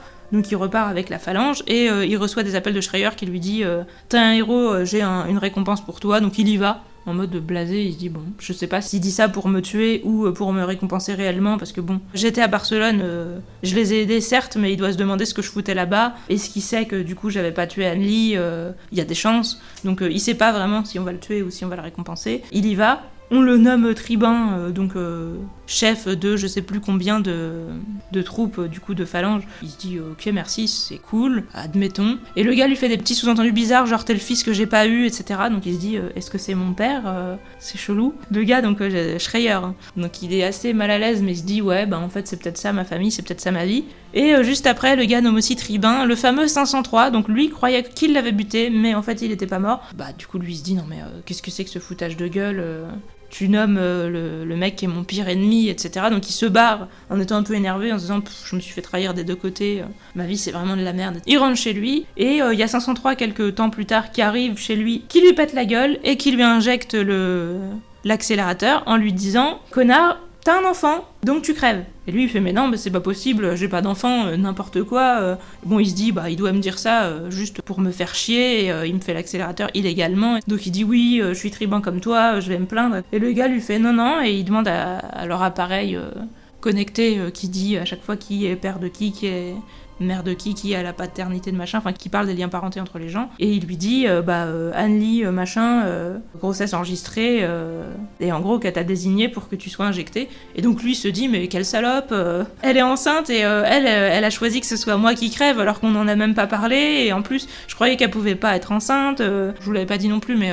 comme elle s'était fait défoncer par les gens qui l'avaient violée et tout, bah normalement elle avait l'utérus en super mauvais état, sa mère lui avait carrément dit qu'il fallait qu'on lui enlève parce que sinon ça risquait de s'infecter et tout. Plusieurs médecins lui ont dit qu'elle pouvait plus jamais avoir d'enfant, et donc là on lui apprend soudainement qu'elle est enceinte et qu'elle l'a désigné lui pour mourir. Alors lui il est en mode mais non mais donc il se dit en plus elle va refaire sa vie avec Rocamora, et moi elle a décidé que j'allais mourir et c'est comme ça qu'elle se débarrasse de moi et tout. Donc il est vachement énervé, ce qu'on peut comprendre. Il a un peu la haine contre tout le monde, hein, parce que il se sent arnaqué par tout le monde. Et 503 lui dit voilà, tu vas vieillir et moi je vais te regarder essayer de sauver les meubles et de cacher ta vieillesse et te dégrader quand même, etc. Et moi je vais bien jubiler de te voir souffrir. Et ce mec est une merde, mais c'est bien ce qui va se passer. Et en fait après, ce qui est encore plus con, je vous l'avais pas dit non plus, mais on vient arrêter le gars en lui disant vous êtes soupçonné pour le meurtre de, je me rappelle plus comment il s'appelle. Et en fait tout au début du livre, Jen était allée dans les bains, donc une espèce de source immense qui ressemble à un arbre transparent avec plein d'étages et tout. Ça avait l'air trop bien. Franchement moi si ça existait j'adorerais y aller, même si je suis pas super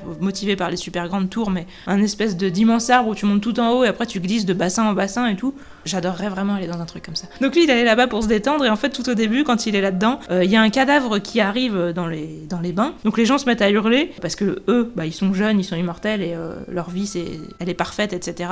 Ils voient jamais de cadavre d'habitude, donc ils hurlent, ils sortent et ils savent pas comment réagir. Et en fait lui comme il a l'habitude de voir des morts contrairement à eux, quand il voit le cadavre il se dit non mais le gars est peut-être pas complètement mort, je vais le sauver. mais avec sa délicatesse habituelle et son côté un peu flippant habituel, parce que le gars, comme je vous disais, est toujours un peu extrême dans ce qu'il fait. Il attrape le cadavre, entre guillemets, enfin le gars où on sait pas s'il est mort ou vivant, il lui défonce un peu les côtes, enfin il essaye de lui faire un massage cardiaque, mais il lui tabasse les côtes. Mais en vrai, on sait que quand tu fais un massage cardiaque à quelqu'un, il faut lui tabasser les côtes, et que des fois tu peux lui péter des côtes, mais que ça peut être vraiment le seul moyen de le sauver, donc il faut le faire. Mais bon, du coup, il fait un massage cardiaque au cadavre, il essaye même de lui faire du bouche à bouche, etc. Bon, le cadavre reste un cadavre. Des gens arrivent à lui dire, mais monsieur, mais c'est horrible ce que vous faites, c'est scandaleux, arrêtez, vous allez être appelé par la police comme témoin, etc. Et lui il fait, ouais, bon bah c'est bon, j'en ai rien à foutre, je me casse. Et il se casse à ce moment-là. Sauf qu'en fait, on sait que la police et les mecs de la phalange se détestent. Les mecs de la phalange sont au-dessus des lois. S'ils font des crimes, les politiciens font en sorte qu'ils soient jamais inquiétés. Du coup, la police, ils aiment pas forcément que les mecs soient au-dessus des lois, qu'ils soient au-dessus d'eux. Et donc d'ailleurs, au début, Jan, il les avait envoyés chier en leur disant, moi je suis témoin de rien du tout, allez vous faire foutre les gars, voilà. Et il savait qu'il allait pas être inquiété, c'est pour ça qu'il les envoyait chier. Et donc là, évidemment, les flics, ça les énerve. Et donc ils arrivent, ils l'arrêtent, et là lui, il est en mode non, mais je suis tribun, etc. Et quand il dit ça, ben, les mecs ont encore plus la haine. Et normalement, s'il était évidemment aimé par son parti et machin, on l'aurait sorti de là et on aurait probablement rétrogradé les policiers ou autres. Mais là, comme il a été complètement lâché par son propre camp, bah, on va le laisser crever en prison. Et les policiers sont super contents d'en avoir chopé un et de pouvoir se venger sur lui pour tous ceux qui restent impunis et sur qui ils peuvent pas mettre la main, etc. parce que les lois les protègent. Enfin, c'est surtout leurs supérieurs qui les protègent. Même à un moment, il dit qu'un avocat vient pour le défendre et commence à lui expliquer, bon bah ça va être compliqué parce que les caméras de surveillance vous ont montré en train de tabasser la poitrine du gars et il paraissait qu'on n'était pas sûr qu'il était mort jusqu'à ce moment-là, mais que de la manière dont vous l'avez tabassé, après c'était très probable qu'il le soit. Et le gars lui fait non mais je suis tribun, etc. Et là l'avocat l'insulte et se bat. Donc on comprend que en fait c'est pas une bonne idée de dire ça si t'as pas tes alliés avec toi pour te soutenir. Très clairement les autres vont juste être contents de se dire on en a eu un peu comme nous aujourd'hui avec les hommes politiques, ils se soutiennent tous entre eux et ils ont jamais rien, mais s'il y en a un qui est jeté à l'opprobre populaire par les autres, et ben soudainement il va chialer tout seul en prison et tout le monde va être content en se disant pour une fois qu'on en a chopé un, alors que bon c'est clairement les autres qui nous l'ont donné. Il est en tôle et il va commencer à vieillir en tôle parce que bah on lui a fait l'accélérateur et en tôle le temps passe vite, il passe d'autant plus vite qu'on lui file des somnifères, des pilules du bonheur, des pilules de tout ce qu'on veut pour qu'il ferme sa gueule et qu'il fasse pas chier. Je suis pas sûre que ce soit des pilules du bonheur mais des pilules un peu anesthésiantes, donc le gars est dans le brouillard en permanence, le temps passe super vite et il le voit pas passer parce que bon à chaque fois qu'il se réveille il est en colère et il demande qu'on le fasse sortir, etc. Donc comme il saoule tout le monde, on l'endort en permanence et on le laisse au placard. Parce que lui là-bas il avait droit à 3 appels, il appelle 2 fois Schreier mais Schreier ne répond pas, voilà, et il appelle une fois Hélène et Hélène ne répond pas non plus, mais quelques mois plus tard elle va le sauver, elle va dire bon désolé j'ai pas pu faire ça plus tôt parce que mon mari me surveille, donc elle a payé sa caution, elle l'aide à sortir et on voit qu'elle a envie de se suicider avec lui parce qu'elle a un espèce de petit avion, elle fonce un peu face au mur et lui il lui prend la manette et lui fait non arrête, ne fais pas ça, il les pose un peu en catastrophe parce que de base lui il sait pas conduire les avions et elle donc elle chiale, etc. et il la laisse toute seule, donc c'est pareil, c'était un peu un appel au secours de sa part, oui parce que je crois que je vous l'ai pas dit non plus, mais il a recouché avec elle, la première fois il avait essayé un peu de l'agresser sexuellement et elle l'avait un peu encouragé, elle lui avait dit non ne muselez pas la bête qui est en vous, et en fait après avoir été revu Schreier et qu'il lui a fait ses petites déclarations en mode t'es le fils que je n'ai pas eu, lui il est allé coucher avec Hélène un peu parce que justement il était frustré, perturbé, parce que le mec lui fait des déclarations comme ça et après il nomme 503 avec lui, donc il se dit ce mec me manipule, il se fout de ma gueule et qu'est-ce qu'il fait, pourquoi il me torture psychologiquement, donc moi je vais baiser sa femme. Et puis elle aussi elle avait bien envie de lui montrer à son mari qu'elle était capable de faire des choses à côté, parce que clairement il la traite comme un bibelot et tous les autres mecs lui font t'es un vieux ringard, quelle idée d'avoir encore une femme, c'est bon quoi, ça sert à rien, ça fait des années qu'elle est là, c'est de la merde, c'est super ringard comme truc, et lui il fait oh là là qu'est-ce que vous voulez, moi je suis un romantique, je suis un traditionnaliste, et en fait à sa femme il lui parle en mode non mais tu sortiras pas de là, enfin genre c'est ta place, c'est ta vie, et on sent vraiment qu'il s'en sert comme d'un objet, et là encore il est horrible psychologiquement avec elle, donc elle aussi on comprend qu'elle a envie un peu de lui montrer qu'elle l'emmerde de temps en temps, même si elle doit savoir qu'elle va le payer d'une certaine manière, sans violence, parce que le mec n'est certainement pas en train de battre sa femme, mais par contre l'enfermer pendant des jours ou lui faire des pressions psychologiques sur des choses auxquelles elle tient ou des trucs comme ça, oui quoi. Il repart, il se dit il faut absolument que je retrouve le moyen de retrouver l'immortalité, je peux pas vieillir comme une merde. Il veut retourner dans les bains, on lui dit non mais c'est pas autorisé aux gens de votre âge, et il se rend compte qu'il a déjà un peu des cheveux blancs et tout. Il se dit non mais merde, c'est bon, ça fait 6 mois qu'on m'a mis l'accélérateur, j'en suis déjà là. Et évidemment il dit aux gens oui mais je vous emmerde bande de connards et tout. Alors on avait déjà vu des vieux avant vouloir rentrer, et lui-même il pensait mais vous avez rien à faire là les gars, c'est honteux que vous montriez en public. Et donc là on est de l'autre côté, et pourtant moi j'ai quand même pitié de lui, même si on pourrait dire c'est bien fait, mais non, moi franchement la vieillesse c'est vraiment un truc qui m'inspire déjà de la pitié pour moi-même et pour le monde entier. Donc clairement j'avais pitié de lui et je me disais pas qu'il l'avait bien mérité. Et donc il cherche un remède, on lui fait un truc dans des quartiers un peu bizarres où on lui change son sang en le faisant payer super cher évidemment, en lui disant que ça va lui faire gagner peut-être 10 ans de plus, etc. et qu'ensuite il faudra revenir. Bon, il se dit que c'est toujours ça de gagner. Il veut toujours retrouver Anneli, mais il a pas de nouvelles, jusqu'au moment où je crois qu'il reçoit quand même un message d'elle, et donc il va pour la rejoindre, et il la trouve enceinte, avec un prêtre et des gens qui se cachent dans un endroit où il y a de la viande qui est traitée par des machines automatiques, et donc ils se nourrissent en piquant un peu de la viande parce qu'ils ont désactivé les caméras. En fait, sa femme est enceinte, oui, mais elle est enceinte de jumeaux. Donc en fait, elle a pas dit qu'il fallait qu'on le pique lui, parce que genre elle a choisi de le sacrifier comme une égoïste, comme une connasse. Non, c'est juste que de toute façon ils allaient piquer les deux parce qu'elle était enceinte de jumeaux. Donc lui, il est rassuré, il lui dit bon bah je te cache pas que quand on m'a dit que tu m'avais nommé, j'ai eu envie de te buter, mais bon maintenant j'ai compris. Donc il passe 2 heures à discuter avec elle et à se retrouver, et c'est mignon, etc. Sauf que elle, après, elle perd les os, elle commence à accoucher. Ça se passe mal, elle a une fille qui sort, mais le deuxième enfant qui était un garçon ne sort pas, il est pas dans la bonne position, il est coincé, et elle va crever, et l'enfant aussi, en essayant d'accoucher. Évidemment, Jen est complètement choquée, dégoûtée. Comme d'habitude, hein, il est un peu extrême, donc il va taper sur la gueule du prêtre qui lui dit « Non mais elle est morte, on doit évacuer le cadavre ». Et lui, il fait « Non, elle est pas morte, c'est pas elle, connard », etc. Et il lui tape sur la gueule. Je vous dis, c'est le style de héros, on se dit « Bon, des fois tu gagnerais à être un petit peu plus zen, mec. Je te dis pas qu'il faut prendre des tablettes de sérénité, mais bon, je sais pas, fais du yoga, quelque chose. Parce que là, tu peux pas tabasser tout le monde à chaque fois que tu vas pas bien. Même si, on peut comprendre qu'il soit choqué que sa copine soit morte, mais tu tabasses pas la gueule d'un prêtre de manière gratuite. Alors après, on sait aussi qu'il a quelque chose contre les prêtres et contre l'église. Il y a un double problème. À la fois le côté, il accepte pas qu'elle soit morte, et à la fois le côté, mais il était où votre putain de Dieu, il était où votre putain de Jésus, pourquoi vous l'avez pas protégé? Bon, on va repartir un peu là-dedans, ils vont s'engueuler aussi pour des questions théologiques, en mode Dieu n'existe pas, c'est pas possible, et l'autre qui lui dit moi j'ai choisi d'avoir la foi. Le gars lui dit non mais c'est pas possible qu'il y ait rien, que l'on soit avec des bouts de viande et tout, et le prêtre lui dit non mais justement moi j'ai décidé de croire que c'était pas possible. C'est un peu une conversation de sourds, parce que tu sens que le héros il aimerait y croire mais qu'il y arrive pas, et bon le prêtre il y croit mais il a pas de certitude, donc il peut pas lui expliquer pourquoi il y croit, et on comprend que le héros aussi pense que c'est lâche entre guillemets d'y croire, et voilà, enfin moi c'est un peu ce que je pense aussi, et pourtant je comprends bien le besoin qu'il y ait pas rien, etc., le besoin de donner du sens, mais voilà, j'aime pas qu'on mente, et donc non. Ce moment passe, ensuite donc le héros se retrouve avec son bébé. Au début il sait pas quoi en foutre, il trouve que c'est moche, que ça pue, que c'est voilà, enfin les bébés c'est pas quelque chose qui lui parle. Puis en fait après quand son bébé grandit un peu, il se rend compte qu'elle a les yeux de sa mère et que c'est la seule chose qui reste d'elle, et que il se dit je pensais plus jamais revoir ces yeux-là, je les revois dans mon bébé, elle a mes mains, elle a ses yeux, et c'est fou de se dire qu'on s'est mélangé à travers ça. Il commence à l'apprécier en se disant c'est un truc de ouf quand même, et à être fasciné par le principe quoi, et donc il commence à s'occuper d'elle et puis à l'apprécier aussi en se disant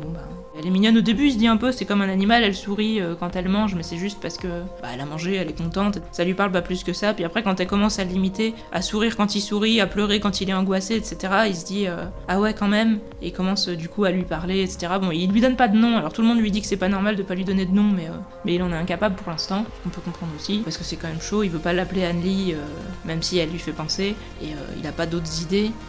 Il n'y a rien qui lui paraît assez sensé. Alors voilà, il a besoin d'un truc qui a un sens, mais il veut pas l'appeler Anneli, ce qu'on peut comprendre, donc pour l'instant elle a pas de nom. D'abord lui il va essayer d'aller retrouver Béatrice Nakamura ou Yokoyama, ou je sais pas, enfin avec un nom japonais, je me rappelle plus. Un nom japonais un peu passe-partout, ou Fukuyama, ou je sais plus, mais oui je crois que c'est ça, c'est Fukuyama. Qui était une femme qui cherchait une solution pour donner un antidote aux gens qui avaient eu l'accélérateur, qu'il avait explosé, défoncé, etc. quand il travaillait encore pour la phalange. Et en fait il cherche à la retrouver parce qu'il sait qu'elle a été enlevée par Rocamora et son camp, donc le parti de la vie, et il se dit qu'il y a que elle qui peut trouver une solution pour le sauver de la vieillesse. Il va là-bas et en fait il la trouve, et elle lui dit donc ça c'était une journée, en gros, il a laissé son bébé avec le prêtre et les autres gens qui vivaient avec lui. Et lui, il est parti pour essayer de trouver cette femme-là. Et donc, il la retrouve et elle lui dit non, mais déjà, il voit qu'elle a pris des années, enfin, elle a pris plus de 10 ans alors qu'il l'a pas vue juste depuis 6 mois ou quoi. Ce qui est normal, vu qu'elle a l'accélérateur. Donc là, elle ressemble vraiment à un vieux machin tout ratatiné. Et elle lui dit non, mais t'as pas compris, t'as détruit toutes mes recherches, mec, j'allais pas recommencer à zéro et non, en fait, c'est mort, ça n'existe plus. Ce que j'ai créé là aujourd'hui dans mon nouveau laboratoire, c'est pas un moyen de guérir les gens qui ont l'accélérateur, c'est un moyen de guérir les gens qui ont l'immortalité. C'est un moyen que les gens qui sont immortels redeviennent mortels, et c'est un virus que si moi je le prends, je serai contagieuse et les autres gens le choperont et l'immortalité disparaîtra complètement et on reviendra comme avant et comme on aurait toujours dû rester. La nature était comme ça, et là bon, il y a un petit blabla qui m'a un peu dérangé, mais ça va parce que c'est un perso qui le dit, c'est pas l'auteur qui le dit, et on sent bien que c'est un point de vue parmi d'autres. Elle dit oui, ils ont recodé l'ADN et il y a des gens qui disent que la partie où était notre mortalité, c'est peut-être aussi la partie où il y avait notre âme. Alors bon, si vous pensez que l'âme est dans l'ADN, mettez des commentaires. Moi, je pense que l'âme, soit si Dieu existe, etc., bah, c'est quelque chose d'immatériel, sinon bah, ça n'existe pas. Donc on essaye de nous la foutre partout. Hein. À un moment, elle était dans le cerveau, elle pesait 23 grammes, tout ça. Bon. Elle a été aussi dans l'hippocampe, non Descartes, il a essayé de nous la mettre là, je crois. Hein. C'est pas quelque chose qui me plaît. En tout cas, elle a fait un médicament pour que les gens redeviennent tous mortels et que ce soit contagieux. Parce qu'en fait, ce que je vous ai pas dit non plus, c'est que l'immortalité est dans l'eau potable. Donc les gens qui vivent en Europe sont immortels parce qu'ils boivent de l'eau. Et Barcelone a été coupée de l'eau potable du reste de l'Europe. Et c'est illégal de ramener de l'eau potable à Barcelone. Donc les gens qui y ont accès sont immortels par défaut. Et c'est pour ça aussi qu'on met l'accélérateur aux gens et pas juste la vieillesse normale. Parce que sinon, l'eau les immuniserait, j'imagine. Même si, encore une fois, on pourrait sûrement faire un virus qui ferait vieillir les gens à vitesse normale. Si on peut faire un accélérateur, tout est possible. Et encore une fois, on peut stériliser les gens et tout. Donc pour moi, il n'y a pas vraiment d'excuse au fait de faire les choses de manière si inhumaine. Et encore une fois, moi, je serais pour qu'on stérilise les gens de base et que les gens ne puissent pas faire des enfants par accident, sans en parler, sans que ça ait été bien travaillé à l'avance et tout. Et moi, je pense que les gens devraient passer des diplômes pour faire des enfants. Et déjà, il y en aurait vachement moins. Et ce serait fait dans des meilleures conditions. Et au contraire, on devrait tout faire pour que l'éducation se passe bien et pas buter les parents et faire des trucs comme ça. Enfin, là, vraiment, ils font tout à l'envers.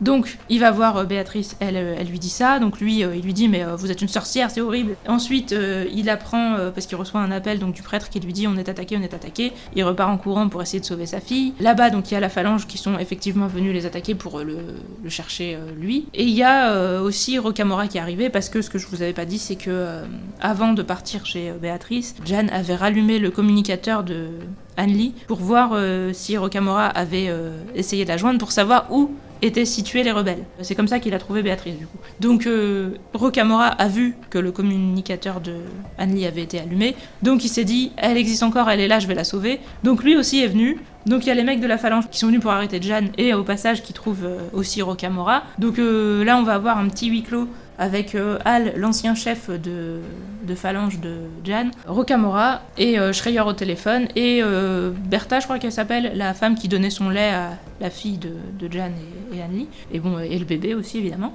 Et là Schreier va leur faire des révélations de vieux-dain en disant oui bah en fait Rocamora, ton fils, bah voilà c'est Jeanne parce qu'en fait donc c'est le fils qu'il a eu avec Anna qui est l'ancienne femme du coup de Schreier, et donc cette fameuse Anna qui s'est enfermée pendant 4 ans après avoir être tombée enceinte de Rocamora parce qu'en fait Schreier lui ne peut pas avoir d'enfant. Donc elle, c'était son rêve d'avoir un enfant, elle a essayé avec Schreier mais ça marchait pas, et Rocamora c'était à l'époque un stripteaseur apparemment, donc elle a eu un enfant avec lui, et lui bon ben il s'est enfui, comme il allait un peu le faire aussi avec Anneli, hein. Et donc elle s'est cachée pour essayer d'élever son enfant, bon Schreier l'a retrouvé, il l'a fait vieillir, mais il l'a gardé avec lui, et il lui fait toute une morale à Jeanne en lui disant bah voilà, moi je suis un mari fidèle, j'ai couché avec personne pendant qu'elle était en vie, et je me suis occupé d'elle jusqu'au bout, super hein, le mari, et il s'est occupé d'elle jusqu'au bout en la laissant enfermée dans une petite pièce avec un crucifix, parce que du coup c'est ce que Jeanne a vu quand il est allé dans les apparts de Schreier, il a vu le crucifix de son enfance, et il était choqué en voyant ça, il s'est dit mais qu'est-ce que c'est que ça, le mec me parle en me disant t'es le fils que j'ai pas eu, il y a le crucifix de mon enfance chez lui, donc on était à deux doigts de penser que Schreier était son père, et de se dire putain qu'est-ce que c'est que cette histoire, on est dans le je suis ton père, mais non, en fait son père c'était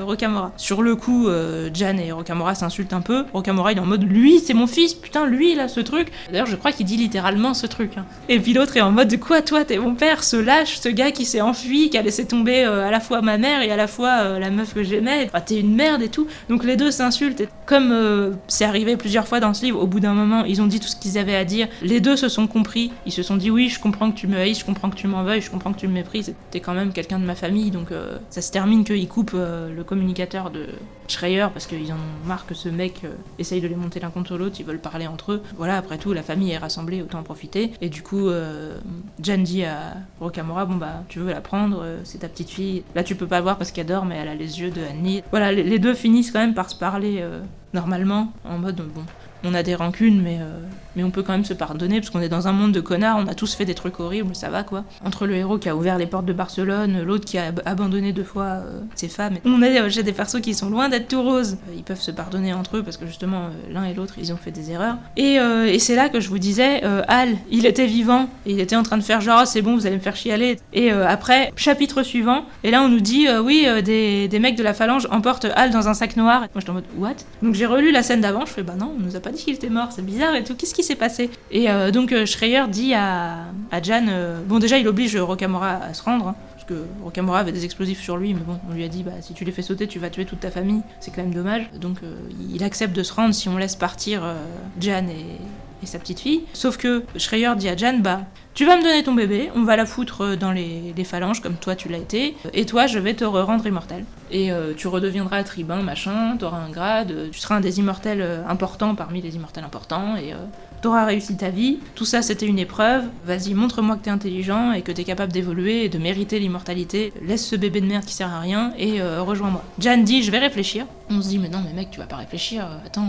ton bébé tu t'as commencé à l'aimer, c'est tout ce qui te reste d'Anne-Lee, ça y est t'étais devenu un héros sympa qu'on pouvait aimer et tout, pourquoi tu réfléchis? Et en même temps l'immortalité c'est pas rien, sinon bah on sait que le gars va crever et tout, donc mais franchement le truc c'est ça, c'est que moi l'immortalité oui, je comprenais qu'il la recherche, mais par contre donner ta fille pour qu'elle subisse la même enfance que toi, sachant comment t'en as souffert, juste non. Autant moi je suis pas pour faire des enfants, j'aime pas les enfants et tout, autant une fois qu'ils sont nés, par pitié faites en sorte qu'ils soient heureux quoi. Donc une fois que la petite fille était là, j'étais en mode non mais non tu vas pas la laisser tomber, tu vas pas lui infliger ce que t'as vécu, non. Fais ce que tu veux, fais pas ça, au pire suicidez-vous ensemble, mais ne lui fais pas ça quoi. Et si ça se termine comme ça, je trouverais quand même le livre génial, hein, mais je serais un peu par terre moralement. Je me dirais putain ce mec est une ordure, Schreier, pas Jan, parce que j'aurais compris qu'il fasse ça. Même si j'aurais trouvé ça atroce, j'aurais compris. Et en fait, à un moment on nous dit, il passe une journée donc avec sa fille, il décide de la nommer Anna, donc c'était le nom de sa mère du coup, et il passe une journée avec elle, il la fait sourire, elle est heureuse, et ils vont dans un parc, bon du coup un parc où tout est numérisé, mais c'est un parc quand même. Bon, les gens sont choqués en les voyant, mais personne ne les dérange parce que Schreier a fait en sorte qu'on les vire pas des lieux publics, même si c'est un vieux et un bébé, parce que il a demandé d'avoir une journée de pause, il a une journée de pause. Donc voilà, beaucoup de scènes émouvantes où on se dit putain, mais non, il va pas donner sa fille, ça va pas être sa dernière journée, etc. Non, putain, non. Et à un moment, il dit voilà, je fais un numéro de code sur mon communicateur et quelqu'un arrive et je vais à un quai. Moi j'étais en mode what, t'es en train de faire quoi là? Et en fait, apparemment, il avait convenu de quelque chose avec Rocamora et il avait tué Hal pour ne pas que son plan soit grillé par Schreier. Donc il a donné son bébé à une meuf qu'il connaissait pas et qui lui dit vous inquiétez pas, je vais bien m'en occuper parce que c'est tout ce qui reste de Rocamora maintenant qu'il a été capturé. Donc voilà, sa petite fille se fait emmener. Au début on sait pas ce qu'il fait. Il reste dans la foule et il dit je sais que je vais me faire capturer mais je vais traîner le plus longtemps possible dans la foule. Avant il était complètement claustrophobe et agoraphobe. Là il traîne dans la foule et il dit là j'en ai plus rien à foutre de traîner dans la foule. Et au début on comprend pas trop. Et au bout d'un moment il nous dit en fait j'ai pris une petite fiole chez Béatrice Fukuyama, je l'ai bien respirée, je l'ai avalée, je sais pas ce qu'il en a foutu, en tout cas il l'a ouverte, et donc il est contaminé par le virus qui fait perdre l'immortalité, et tous les gens qui sont proches de lui vont se contaminer, et comme il est dans une gare, il y a une foule monstre, donc c'est le lieu idéal pour contaminer plein de monde, et tous ces gens vont aussi recontaminer des gens, etc. Donc en gros, on sait qu'il est en train de mettre fin à l'immortalité en Europe, et ils vont avoir intérêt à confiner s'ils veulent que l'immortalité reste dans les autres continents. Le gars est en train de mettre fin à l'immortalité, et donc ça se termine sur un petit monologue du héros qui dit voilà, de toute façon l'humanité n'est pas digne de l'immortalité, elle en fait n'importe quoi, depuis des siècles qu'on l'a, il n'y a plus de nouvelles inventions révolutionnaires, il n'y a plus eu grand chose qui s'est fait d'un point de vue artistique, on n'est que en train de parler des choses d'avant, les gens sont juste là en train de prendre du plaisir dans les bains et se lancer des frisbees au ralenti dans des parcs complètement numérisés. On est vraiment dans un monde où les gens ne font plus rien d'intéressant, se font chier, ne servent plus à rien, et en gros c'est la mortalité qui fait que les gens se dépassent, qui donnent le meilleur d'eux-mêmes, qui sont créatifs, c'est ça qui fait que l'humanité est meilleure. Et évidemment je suis pas du tout d'accord avec ça, mais je suis pas dérangée par le fait que le livre se termine là-dessus, parce que le héros qui dit ça, c'est un héros qui a perdu son immortalité. Et une des choses que je me suis rendu compte dans la vie, c'est que on veut tous se multiplier, y compris psychologiquement ou physiquement, etc. Enfin, c'est pas juste la reproduction, c'est même dans notre cerveau, on essaye toujours de rendre les gens comme nous, on veut toujours que les gens soient comme nous. Par exemple, moi, je suis malade, j'aimerais bien que plus de gens aient ma maladie pour que plus de gens me comprennent et pour que mon problème soit plus pris en compte. C'est horrible à l'admettre, hein, je dis pas ça pour dire que j'en suis fière, mais je peux pas m'empêcher de le ressentir. Et à chaque fois que j'ai vécu des choses horribles, je me suis bien rendu compte que j'avais envie que les gens souffrent autant que moi. Parce que, on est une espèce sociale et on veut pas être seul. Je pense vraiment que c'est parce qu'on est une espèce sociale qu'on a ce truc qui peut être dans certaines situations une qualité et quelque chose qui nous fait agir de manière morale, mais dans d'autres situations qui nous fait faire justement des choses horribles. Mais on peut juste pas s'empêcher de les faire parce qu'on est programmé comme ça. Et en fait, le gars, quand il était immortel, il disait que l'immortalité c'était bien. À la limite, par exemple, Rocamora qui se battait pour que tout le monde ait accès à l'immortalité, il était immortel. Voilà. On peut comprendre que, par exemple, quelqu'un comme Schreier qui veut que, au contraire, tout le monde n'ait pas accès à l'immortalité, enfin lui, bon, il dit que tout le monde est égaux, etc., mais il veut pas qu'il y ait de nouveaux enfants, il dit que les immigrés les menacent. Ça, c'est typiquement les discours des gens de droite, parce que c'est des gens qui se sentent menacés, ils ont des idéaux, etc., mais ils se sentent trop agressés, donc ils font passer leurs idéaux après leur sécurité. Et donc voilà, Schreier, c'est un mec qui pensait avant tout à lui et à sa sécurité, alors que Rocamora, c'était un idéaliste. Mais dans les deux cas, les gars considéraient que eux, ils étaient quelque chose de bien. Et du coup, le héros, quand il était immortel, il considérait que l'immortalité c'était bien et que c'était la norme et que tout le monde devait être comme ça, que les vieux il fallait pas les voir et que vieillir c'était vivre comme une bête. Et c'est une fois qu'il est devenu mortel qu'il a eu envie de répandre la mortalité. Et du coup, je trouve ça complètement vraisemblable psychologiquement. C'est pour ça que j'ai rien contre, même si je partage pas ce que dit le héros à la fin. J'ai vraiment l'impression d'avoir rencontré quelqu'un, d'avoir connu un personnage profond, passionnant et tout ce qu'on veut. Ça me dérange pas de pas être d'accord avec lui. Ce qu'il pense est intéressant, ce qu'il a vécu est intéressant, et ce qu'il vit est tellement intense qu'on peut pas vraiment s'y opposer. Et puis au pire, si on le faisait, ça serait comme le dialogue entre lui et Rocamora ou d'autres dialogues qu'il y a eu avant. Ça ferait genre on se gueule chacun dessus, on s'insulte un peu, puis après on se dit ok, je comprends, c'est pas grave. On n'est pas d'accord, on a tous fait des erreurs et on est tous des connards. On a tous nos raisons égoïstes qui justifient nos combats. On a des prétentions idéalistes, etc. Mais quand tu creuses, en fin de compte, on agit tous pour des raisons égoïstes. Voilà, ce livre, j'ai pu y croire, en fait. C'est pour ça que, même si je suis pas d'accord avec l'idée que l'immortalité, ce soit quelque chose à éviter, après, je suis bien d'accord que c'est quelque chose de risqué, et que si on le fait, il va falloir clairement qu'il y ait des règles, des restrictions. Et comment on va gérer ça, c'est une question qui est très importante. Et c'est sûr qu'il faut pas le gérer comme il le gère dans ce livre. Je pense que la vieillesse est beaucoup plus horrible. Enfin, c'est quelque chose d'horrible en soi, et donc combattre les choses horribles, c'est normal. Après, évidemment, à chaque fois qu'on combat une chose horrible, on risque de faire encore pire. C'est quelque chose d'inévitable, c'est toujours comme ça. Même si vous vous battez contre un psychopathe, un meurtrier ou quoi que ce soit, vous risquez de devenir pire que lui. Enfin, c'est toujours comme ça, c'est vraiment le problème. Mais c'est super intéressant, et c'est super bien fait dans ce livre, donc vraiment, lisez-le. J'espère ne pas avoir été trop longue, mais si j'ai été longue, au moins ça vous montrera à quel point j'étais passionnée. J'espère que j'aurai été intéressante malgré tout. N'hésitez pas à me dire ce que vous pensez, sauf si c'est de la merde. Et sur ce, je vous dis à la prochaine. Je pense que le prochain livre que je lirai sera pas aussi bien, ce sera quand même compliqué, mais j'espère qu'il sera quand même cool. Salut.